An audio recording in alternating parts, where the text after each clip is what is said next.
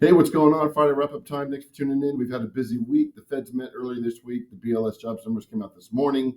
Wanted to cover both of those with you, plus our 1099 loan program. I think it's a pretty cool way for those that are self-employed, obviously getting a 1099 to qualify for a house. So most importantly, let's talk about the job numbers. If you've watched this video series, you know that unfortunately, as the economy slows and as jobs are lost or less jobs are created, it means rates go lower because the economy is contracting. So as of this morning, BLS, Bureau of Labor Statistics, 73,000 jobs were created in the month of July. However, it was below market expectations of 110.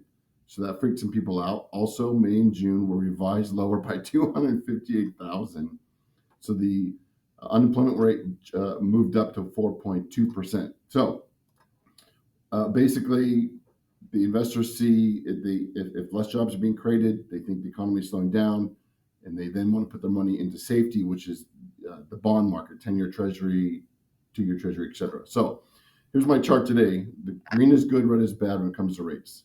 So if you're new to this video series, the higher this goes, the lower the rates. Look at this big jump, all based off the jobs report this morning. So a lot of investors freaked out, putting their money into the mortgage-backed securities, also in the 10-year Treasury. Big drop. This is huge for us, guys. If we can hold this and keep momentum going in the right direction, the lower this goes, the better. I've been saying I want this under 4% for quite a while now, and we got a huge jump on it today. So let's hope that this holds throughout the day. Federal Reserve met, as you may have heard, Tuesday, Wednesday. Press conference was Wednesday afternoon. The Fed did not cut their rate, which is fine. As I've told you many times before, their rate is not directly tied to my rates. They're somewhat mutually exclusive. However, I do think the Fed dropped the ball. I think they should have cut. I think that they are behind where they should be with their interest rate. I've been reading up on it, and a few different experts, so to speak, think they're about 1% higher than where they should be. So basically, if they can cut their rate, free up capital and liquidity, that will help every other industry, which will then trickle down to us. So I'm hoping that it's mid-September is when they meet again. They'll cut at least 0.25%. Obviously, the administration's not happy.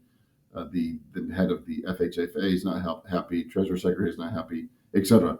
So we'll see what they do. Hopefully, they come around to what most people think they should do and start cutting in September. Lastly, 1099 loans.